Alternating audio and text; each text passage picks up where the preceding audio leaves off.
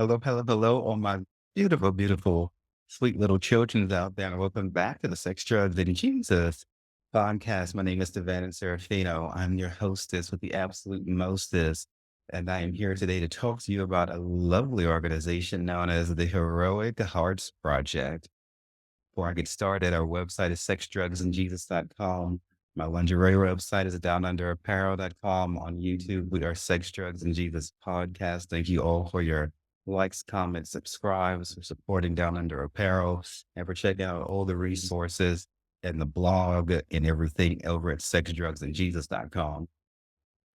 So Heroic Hearts Project is an organization that exists to help veterans who are struggling with PTSD and various mental health issues and things along that line. Their website is heroicheartsproject.org.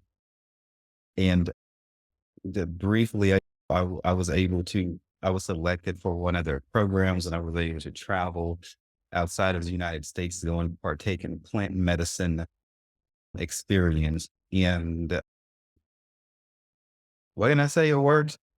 It really, really, really, really worked. It was a glorious time. And so I wish for more veterans to be made aware of this. It seems like every veteran I talk to, even when I'm at the VA, the different VAs, like up in New York, and we have about 4 or 5 different VA hospitals in New York City. And everyone I talk to, nobody's yet heard of the Heroic Hearts Project. So this is me doing my part to spread the word about this wonderful organization so that my fellow veterans can get help. I dare say like I did, but whatever this sort of plant medicine help might look like for them. So I was in Mexico when I par- partook of this program. And so I thought it was enough time had passed and that it would be appropriate since I'm currently in Guadalajara, Mexico, just hanging out this time. I'm not down here doing any plant medicine mm, specifically. Well, I haven't done it yet. Next week, I will be partaking of the Bufo, Bufo toad experience and everything like that. And I'll be doing a different show on that. That's me on my own going off into the woods with a shaman. As I do, I come down here and hire shamans from time to time, but could like do my own thing out in the wilderness with them. But anyway, so let's talk about Heroic Hearts. On Heroic Hearts website, they have it stated that PTSD has killed more soldiers by suicide in the United States than were killed in the war since 9/11.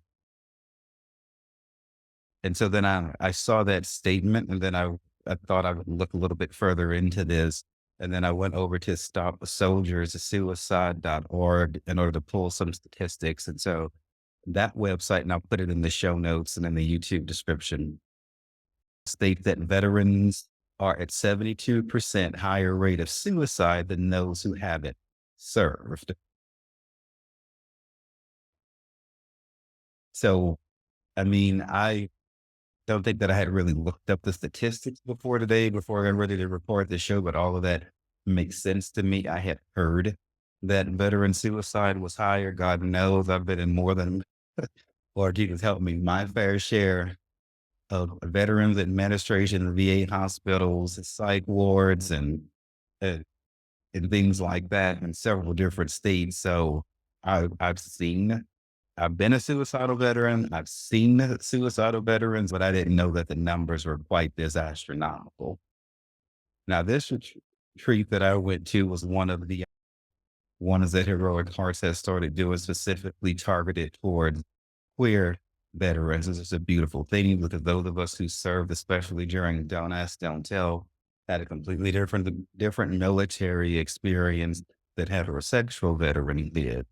I served during Don't Ask, Don't Tell. It was a hot mess from the standpoint of repression of my self-expression and and being picked on and fear of getting kicked out and things like that. With this in mind, I trotted my little butt right on over to a website called mentalhealth.va.gov and pulled some more information. I'm gonna read, "Let the library now be open, my children." So this here says from mentalhealth.va.gov. I'm gonna put this in the show notes in the YouTube description as well. It says suicidal ideation may be more prevalent among LGBTQ veterans than among heterosexual veterans. One study found that although there was no difference between LGBTQ and heterosexual veterans in prevalence of suicidal ideation in the past 12 months, LGBTQ veterans had significantly higher odds for lifetime suicidal ideation than heterosexual veterans did. Goes on to say that transgender patients in the Veterans Health Administration have a significantly greater hazard of death by self-poisoning than their non-transgender counterparts, 28.8% versus 11.3% respectively. So what this is telling us is that the negative impact experienced by queer veterans tends to linger longer and be more of like a chronic issue than something that being like maybe more like on the acute spectrum. And these statistics help to solidify the reasonings in my head and in my reasoning why special emphasis has to be placed on queer veterans. It's not just us trying to be special or have some sort of unnecessary cry for help or anything like that. The struggle was real. The struggle is still real, even though we're no longer serving in the military. When we go into the military, we're conditioned through basic training and tech school and all of those different things. When I went in, I know they told me intentionally in basic training in the Air Force. I was in the Air Force from 2000 to 2006. Electronic warfare system journeyman, and then an enlisted a sessions recruiter. I was in Tucson, Arizona, and Southern California, respectively. No, I did not lie to my recruits that are citizens to do that because I did not want to get caught up in no foolishness out there in Los Angeles or anything like that, lying to nobody's children. I absolutely did not lie. That caused me to have clashes with the Air Force because they told me to lie to recruits and I told them to go fuck themselves. And so, anyway, but in boot camp, they told me like, we're going to break you down and strip you of your identity. We're going to make you who we want you to be, et cetera, et cetera. Now I'm 17, queer from the country in the military. I'm going along with this. I don't personally feel like all of the over the top chaotic methods employed during military basic training were necessary in order to generate people who were going to be productive for the United States military. I don't think they had to take it that far, using all the tactics and doing all the things that they did. Nevertheless, they did what they did, and they conditioned us to be soldiers, airmen, Marines, seamen, whatever the case may be. The issue I take is that when we got out, we were not conditioned to go back and integrate with society. And the conditioning is so deep that many veterans who haven't been in the military in decades still talk like they're still in the military. They still speak military jargon. Some veterans are not even happy. It's like they can't find happiness now that they don't have like the same military camaraderie around. This is not to their discredit. That's just how deep all that conditioning and everything can be within us. And so we get out of the military, we're looking at this world differently. The world has changed since we've been in the military. We have changed as we've been in the military, but we weren't properly prepared to be reintegrated into society. So there's PTSD, complex PTSD from whatever our experiences were in the military, going to war, having stress on our jobs and different things like that, like I did, fighting with the recruiting supervisors. And then there's PTSD once we get out because we can't relate. We can't relate with our friends. We can't relate with our families. We can't relate with our significant others. And we're left to deal with this in any way that we can. And besides, like for me, battling with supervisors that I worked for when I was enlisted, the queer harassment was real. There was a lot of it. But when it started like from day one, people were like picking on me because I was 17. I was the youngest person, clearly inexperienced in life, probably the only person in there who was still a virgin. And them boys, it's like they could tell. And they were just, I mean, we were still in civilian clothes and basic training, and they started in on me. It was just like kind of like fucking ridiculous. And I get to Tucson, my first duty station, working on C-130 Hercules aircraft out there in the desert, and in the aircraft uh, graveyard in the deserts of Arizona. There's one guy whose dorm was next to mine, like across the street from mine, but the way the dorms were there, the laundry rooms open from either side. The laundry facilities were in the small laundry facilities were in the middle when you get into from either way, because these are long horizontal dorms. And so this fool would stand out on the balcony of his room, wait for me to go do my laundry, yell homophobic slurs clear across the street. Everyone could hear and everything, and everyone knew this guy liked to pick on me. But then whenever he would see me walking down the street, will walk right by me, put his head down, get cut his eyes up, and me be absolutely silent. That's the type of foolishness that I had to deal with. I couldn't go tell anybody, then I'd get put out and all of this foolishness would ensue. And that went on for like years, that sort of thing right there. What I love about Heroic Arts Project is that they're actually doing something to try to remedy the post-traumatic stress and other issues that veterans deal with.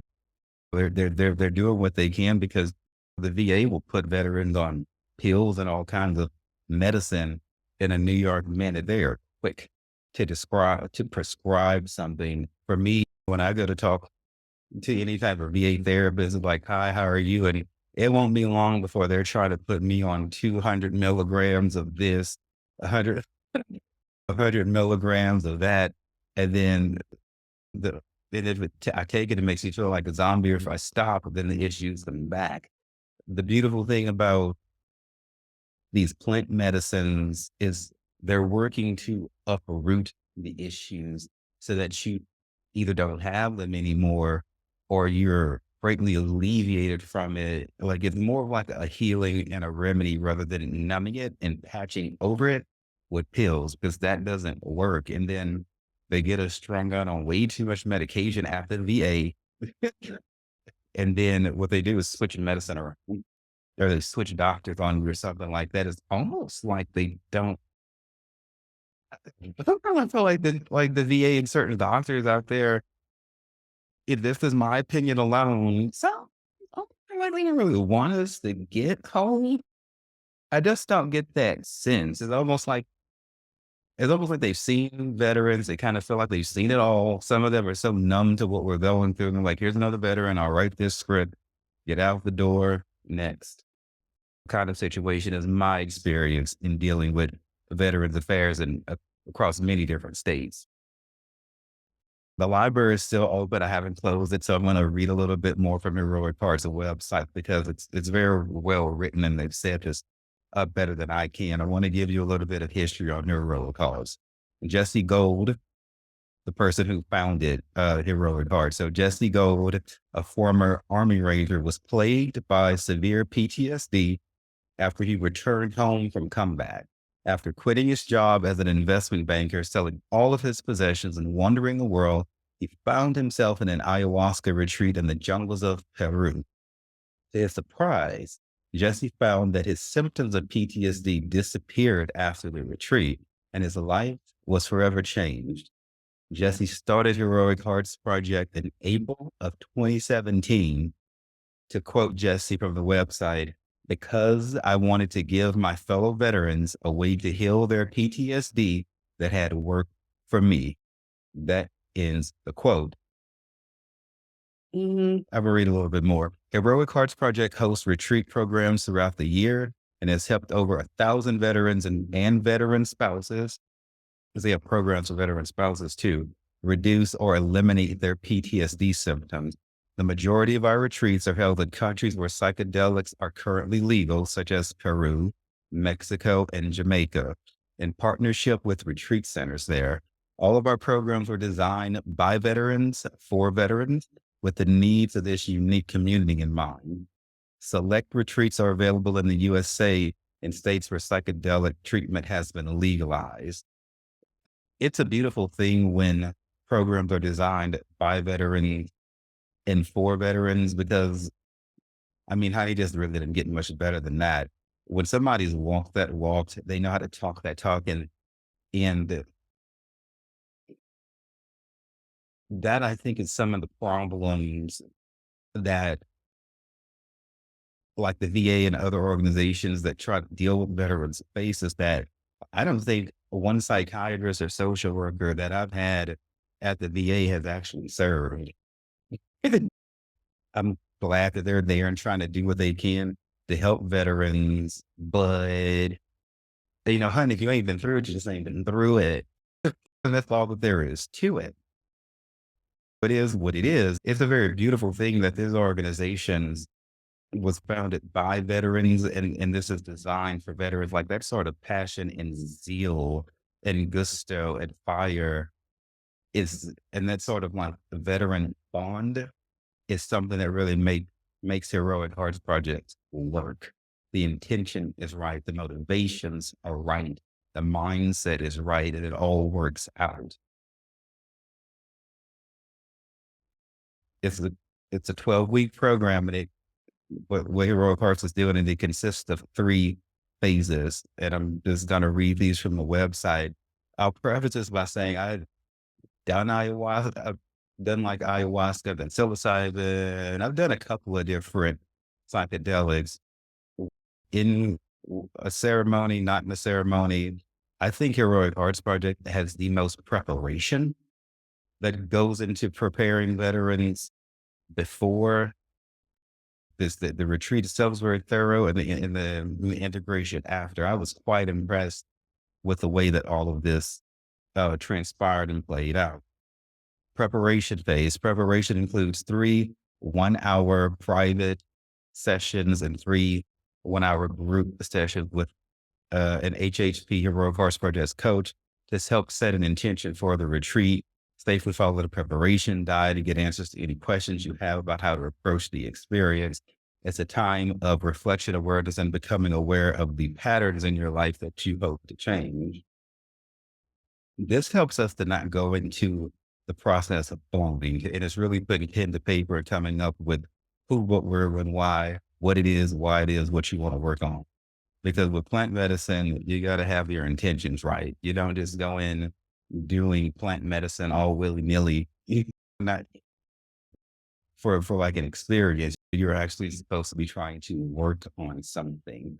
And so that makes it very productive. You go in with that intention. Hopefully you get the results that you want. And that's pretty much the best sort of foundation that you can have to work to work from.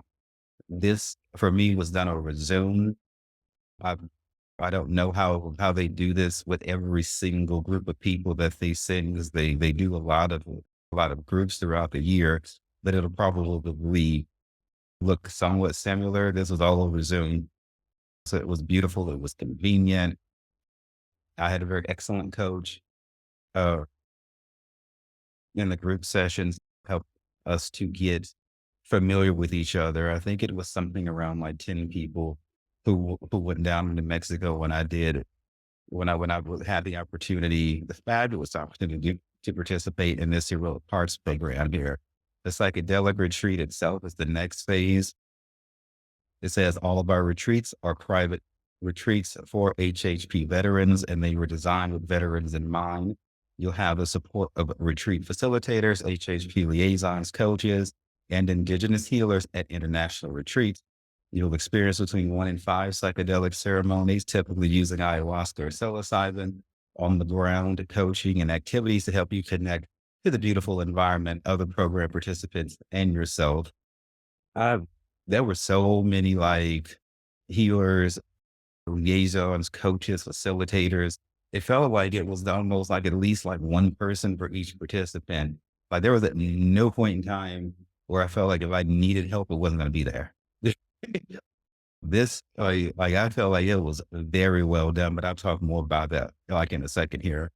Integration, it's said that the work truly begins after you come home from your retreat. Integration is the work of slowly making sense of your experience and understanding how the lessons you've learned apply to your everyday life. Although integration never truly stops, the first 4 weeks are critical. You have 3 1-hour private sessions and 3 1-hour group sessions with an HHP coach that set the stage for your ongoing integration process. It is said in psychedelic circles that the healing can be more quick or it could take years or anything in between that. That's why it says that the integration never stops. The way the medicine works, it gets in you, it brings things up. And the way you show up to your relationships and to various aspects of your life can change suddenly or it might take time. They teach us how to do breath work, meditation, breathing. We're encouraged to do things like journal or whatever the case may be. We are given a litany of options to see what's going to work for us, and the ability to talk one on one with a coach, the bounce ideas around in a group. It's just absolutely invaluable.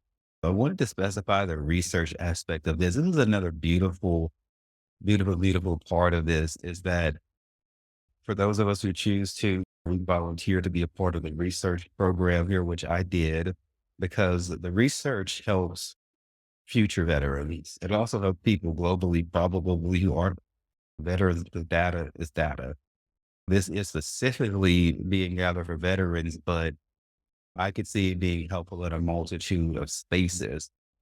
So we're going down to do these retreats to help heal ourselves, but research is being done and data is being collected also to help further the use of plant medicine globally in all aspects of society in a great many places. And so I also want to read this. It says, we have collaborated over the years with researchers at some of the world's leading scientific institutions to study the impacts of psychedelics on the psychology and physiology of veterans with PTSD, traumatic brain injury, and other military and combat related trauma. Organizations we've worked in partnership with include, but are not limited to, Imperial College of London, University of Texas, King's College London, University of British Columbia, University of Colorado Boulder, and so on and so forth. I love the heroic hearts willingness and ability to collaborate with these organizations and make the maximum use of the data that is collected to help the whole globe. That's a great way to pay this all forward. That I'm here for it. So I'll get into like some with that. I'm closing the library. I don't have anything else to read to you. Thank you so much for your patience with that. So just I'm going to talk a little bit more about my experience down there, and then that'll be pretty much what I came here to say. But just remember, each retreat will be different. They happen in different places. Where I was my experience. If somebody gets selected, who knows where they may end up going to. It, it took a little while for me to get selected because people were trying to get in there and do it, but you got to put your name in the hat because otherwise you'll never be selected. So I encourage any veteran out there that's struggling to look up this website and try. See what can be. Send this information to veterans. If you're not a veteran, and veterans, by all means, send it to other veterans. This is how we help each other out. But does it? What's what is offered? The facilities and all of that can be quite nice, but for me, how I benefit is being sure that my preparation is right, making sure my mindset is right, and going there and telling the truth. Being vulnerable. The Royal Hearts, I think, has done an incredible job with offering facilities and space and experiences to heal veterans, but where it is not as important as to how you show up. And so when we started, after all of the integrations and everything like that, I thought the diet program that they were telling us to do was quite detailed, laying off of caffeine, detoxing in many different ways, watching what we eat, letting the red meat go, so on and so forth, was very, very thorough. The one ayahuasca experience I had done before this one wasn't nearly that thorough. They were kind of like eat really healthy a few maybe like a few days or a week before. It was very left up to the participant in general. The way Heroic Hard did it, it was like a whole, I think about a 30-minute PowerPoint presentation that I think the program operations manager may have done with somebody else, and they really, really went like on a good breakdown, and they had like recommendations to help to give people like alternatives to drinking coffee and things like that, and timelines, start with this at this many weeks out and things like that, and then veterans can reference that leading up to it. I thought that was absolutely brilliant, and I thought it was super, super useful.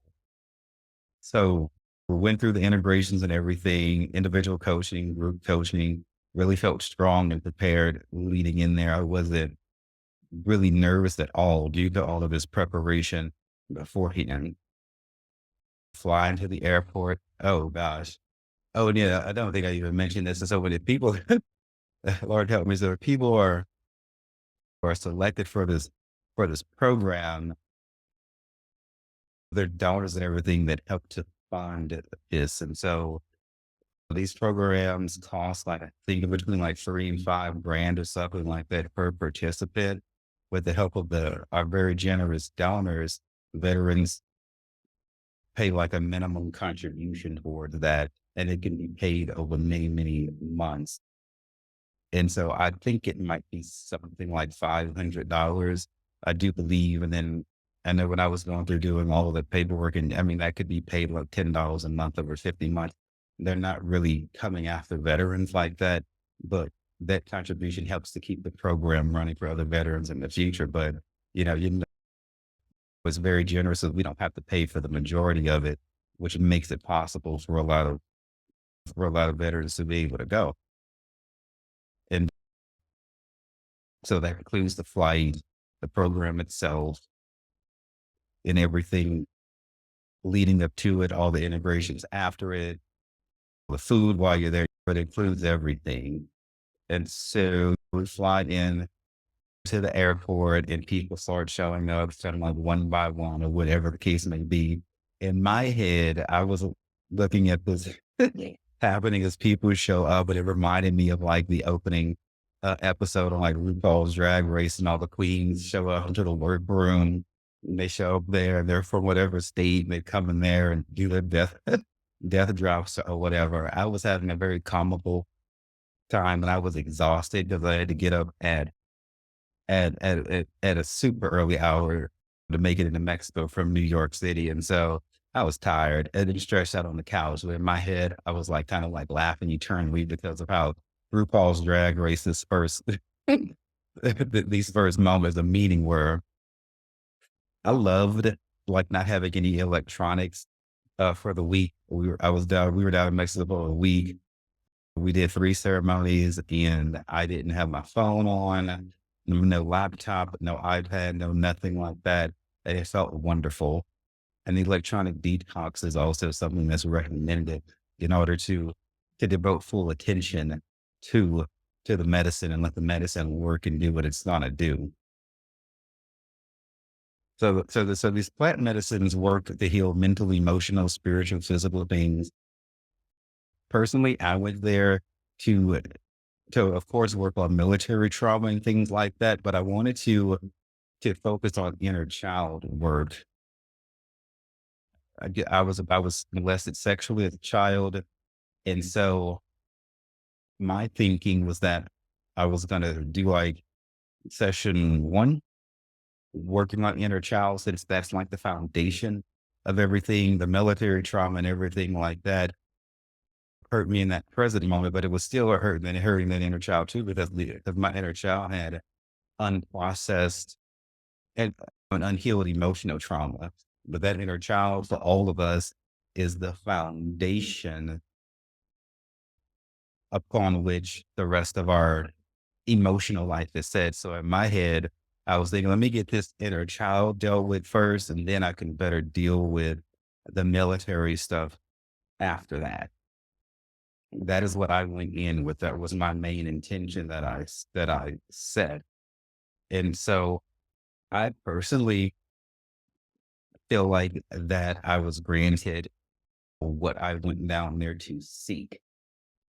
But by the time the medicine was done working, and I mean, first time I did ayahuasca, I didn't see any sort of and psilocybin. I didn't see any kind of like psychedelics too much or anything. The way that this was done and everything was very effective for me. And I was seeing very heavy visuals this time around, and they were far too heavy for me to keep my eyes closed. So I kept them open and was able to work with them that way. And I saw things that speak to change and transition, like spiders and rainbows, and it felt for me more like a type of ecstasy. It people in in ayahuasca, different psychedelic ceremonies tend to purge and vomit and everything like that. My body don't work that way. But there's other ways that a person can purge. So I was yawning a lot and different things like that. And in working with the visuals and just really leaning into it that way. By the time the ceremonies were done, I felt like that my inner child was healed, and it felt like that he had been brought to the front and to the surface, and I thought he was struggling anymore. And that's the beautiful thing that I love with this medicine is that it can help you to have a problem and not have a problem, because I'm not about nursing a problem for the rest of my life. I don't believe that we always have to be drug addicts or always have to be a victim of something. And the mentality of this medicine is to move on from problems. And like Jesse was reporting in his testimonial, he was able to be healed of his PTSD. I've heard of veterans being able to be healed of like drug addiction. And even one of the shamans that I know personally here in Guadalajara was once addicted to ecstasy. And she said she did one, I think it was a psilocybin ceremony. And she said from that day forth, she never fooled with ecstasy again. And so this medicine is powerful, but it can definitely work. Let me say another interesting thing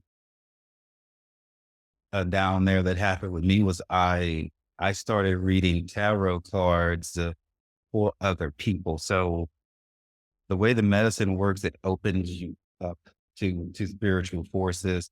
It opens up like your emotions, like your third eye and everything. You're super, super, super open when you're dealing with things out of the earth, like various plant medicines and things like that. So I took my tarot cards with me and like a tarot book, and I had been reading them for like about a little over a year. And so my thinking was that I was going to use some of the downtime to see if I can make the most of already being open spiritually.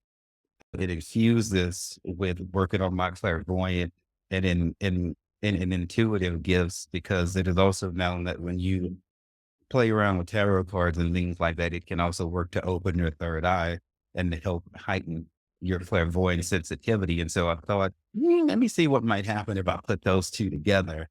And so something clicked and switched, and I felt more confident in using my giftings as a tarot reader.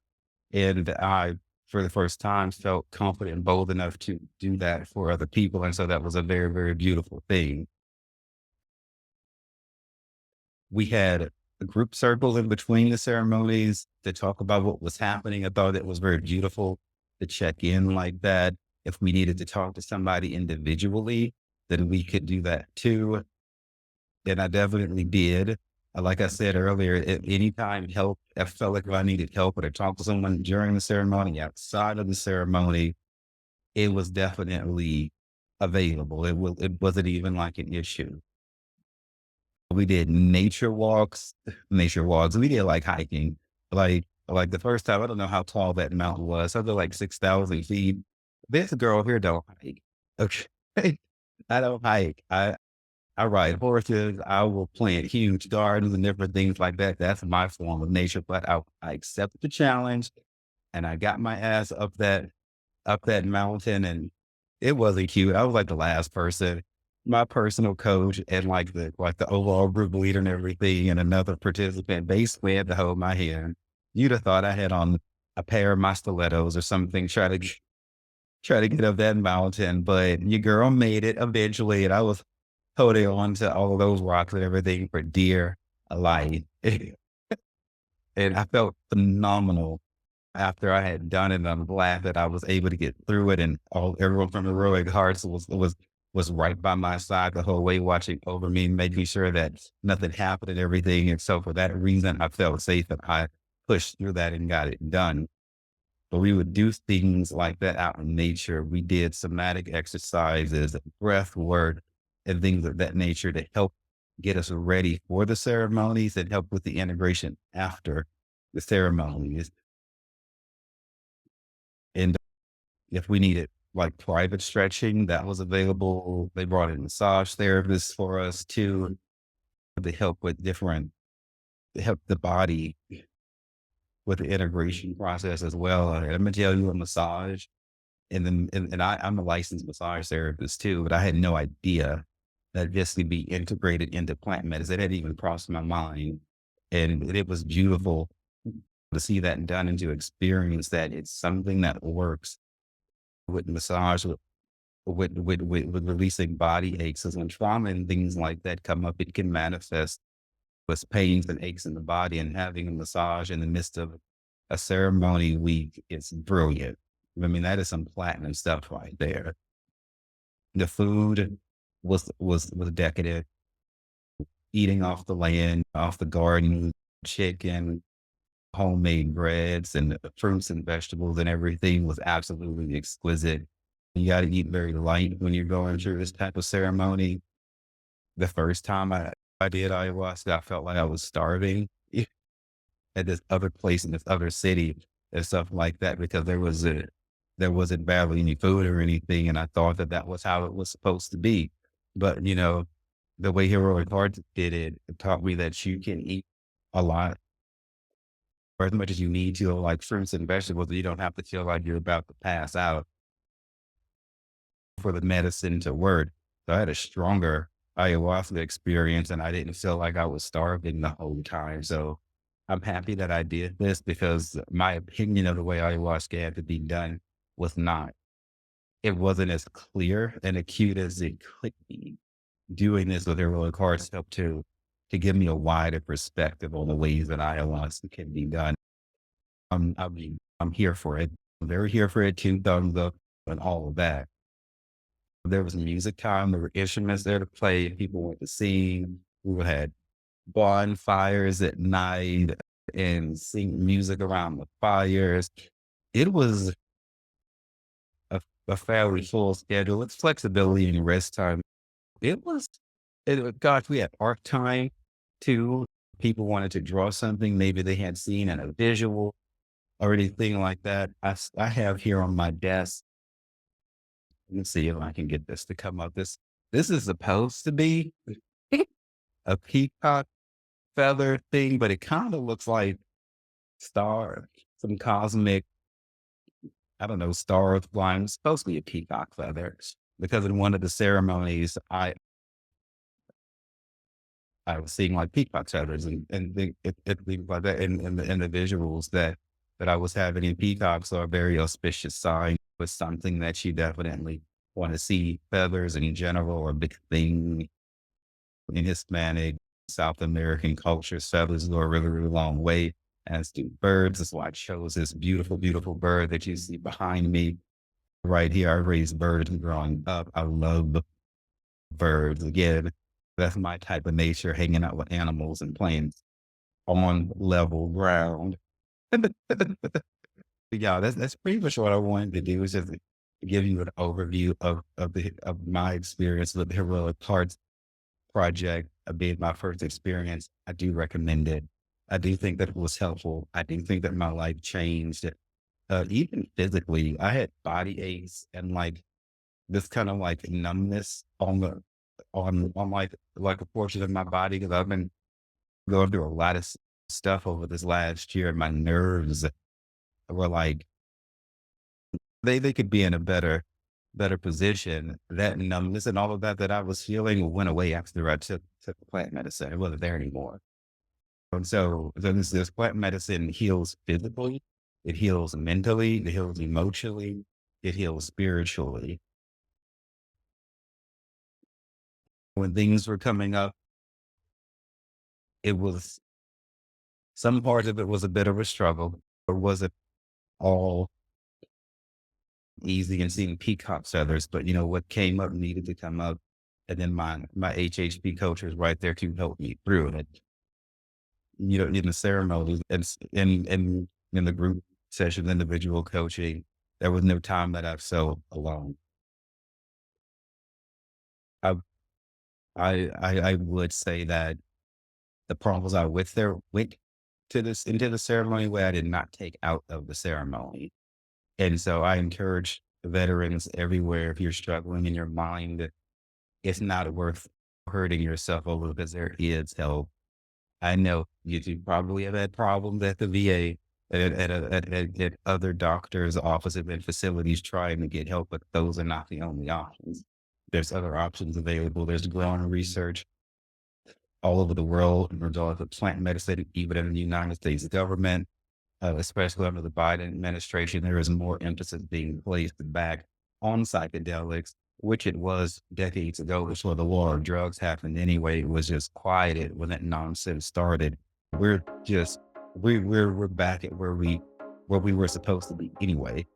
The divine God, however you want to look at it, planted these things on the ground and gave them to us and showed us how to use them. This is us accessing natural things to feel better, to get better, to go out and show up better in our relationship with our kids, cats, dogs, birds, whatever you have, parents, loved ones. Go to heroicheartsproject.org. I'll put that link in the show notes. See what you think. My name is Devan Serafino, and thank you so very much for taking time to listen to what I have to say about plant medicines and heroic arts projects' work and great contribution to the veteran community. Until next time.